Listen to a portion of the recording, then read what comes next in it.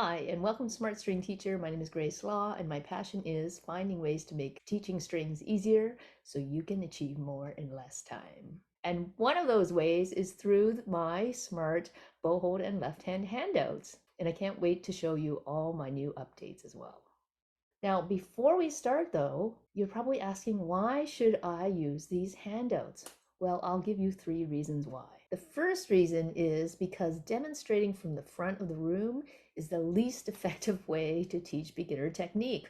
Why? Because your students can't see you properly from where they're sitting, okay? They're not seeing you from the proper angle. They're also not seeing you from their own point of view. Reason number 2 is because they are so easy to use. All you have to do is copy them and hand them out and you're done. Okay? They can look at the pictures, they can take them home, they can get their parents to help them. You don't have to worry about setting up a video or replaying it over and over again, and you don't have to worry about whether or not they have video access at home. And reason number 3, and the most important reason, is because the pictures don't move. And why is that important? That means the students can take their time and look carefully at the pictures and try to match each step as they go along. Unlike trying to follow you or follow a video, that saves a lot of time and frees you up to just go around the room and help tweak each student's technique. It really is absolutely the fastest, most efficient way I've ever found to teach beginner technique. I can't wait to use these handouts at the beginning of every year because they work so well. So those are 3 reasons, and there are plenty more, and you can read about them down below. But right now, what I want to do is give you a quick overview of what all the handouts look like. Okay, so these are my smart bow hold and left hand handouts. How to teach bow hold and left hand in just 5 easy lessons. So it starts with some printing and sharing tips as well as some teaching tips, some of which I'll go over. Next, we have the table of contents, which gives you a quick glance at the 5 lessons, starting with number 1, the pencil bow hold, which I'm sure many of you have done before, and number 2, left hand on the pencil, which I'm sure many of you have never done before. So what's really cool about starting both left hand and the bow hold on the pencil is you can start these activities on day 1, and they are so easy that all the students can do them for all the instruments. And that gives you an opportunity to observe your students and perhaps see whether or not they're suited to one of the upper strings or the lower stringed instruments by taking a look at their fine motor skills. So very, very, very handy. Lesson 3 is an important lesson on learning about the bow before you can let them use a bow. Lesson 4 is putting the bow hold on the bow, and lesson 5 is putting left hand on the instrument. So let's take a look at what these lessons look like. So the first handout is for the lower string instruments, and we start with this opening and closing the hand exercise, okay? And also identifying where their thumb is going to end up for the lower strings bow hold, which is marked by this X here. The placement of the thumb is really important in order to square up their bow hold. And the reason why we want to do this exercise is so that they get used to rounding their fingers, and you want to check for that, okay? Then they're going to find the corner of their thumb, which is where their contact point should be on the bow, and they're going to follow these very specific contact points under their fingers. Now, often we approach bow hold from above the bow, but really the most effective way to approach bow hold is from under the hand. Okay, so they're going to place the pencil on these contact points. Then they're going to turn their hand around and check for a few things like an oval egg shape and not bending their thumb the wrong way and not straightening their fingers. And then there's a final picture of what the bow hold should look like.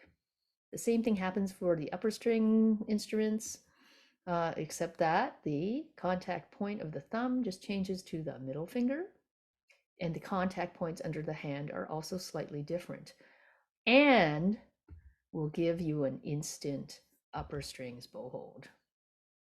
So again, paying attention to the contact points under the fingers is more effective than trying to approach bow hold from the top of the hand.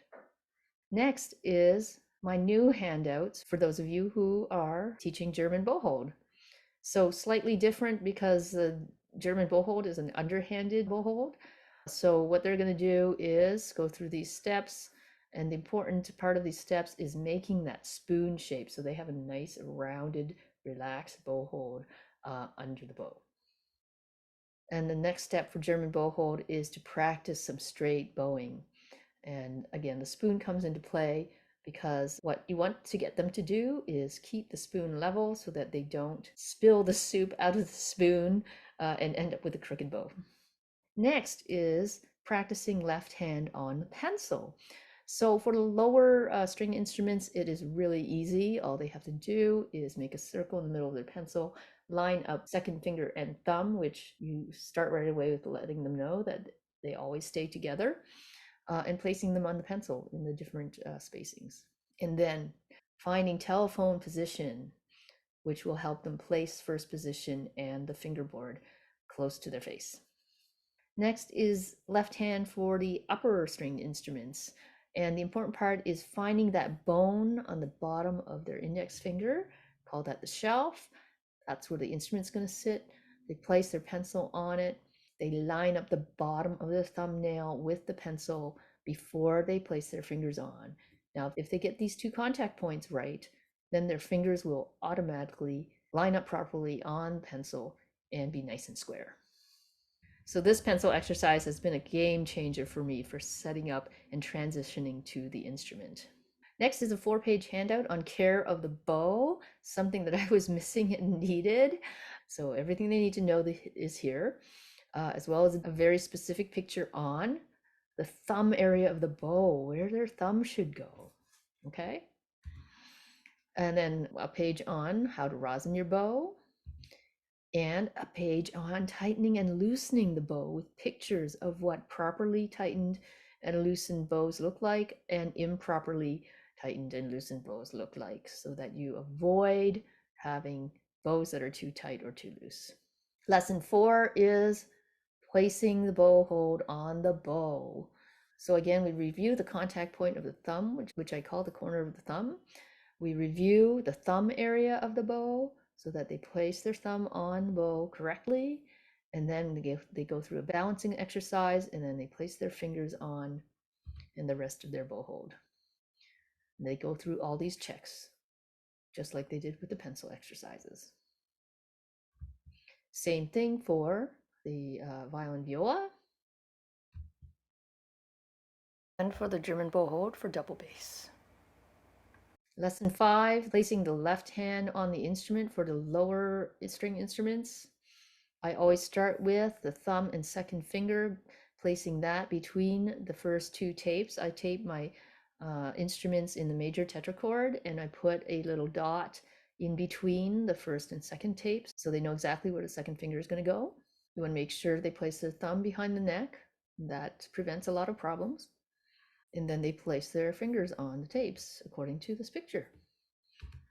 And when you set them up, you want to check for telephone position to make sure first position is at the right height and that their fingerboard is close to their face.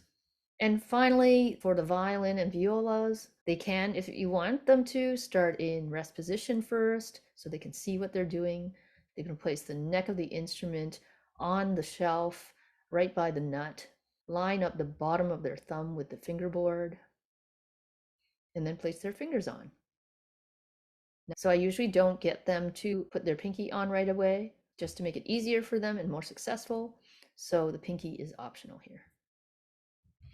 And finally, the last handout is on how to do this in playing position. All right, so that is a super quick overview of what is in the handouts. And I hope that you can see that these steps are really clear, really specific, and are going to be really successful. If you want to learn more about my strategies for teaching beginner strings, make sure you're signed up for my emails so you can catch my masterclasses and my other free events. And you want to consider taking my training, which is also on the website.